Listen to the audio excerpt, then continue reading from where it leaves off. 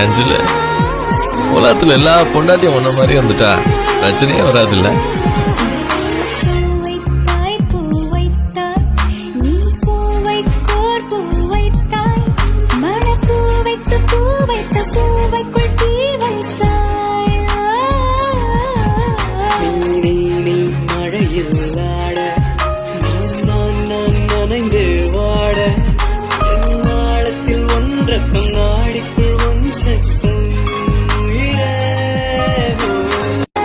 ஏஞ்சல உலகத்துல எல்லா பொண்டாட்டியும் ஒன்ன மாதிரி வந்துட்டா பிரச்சனையே வராதுல்ல.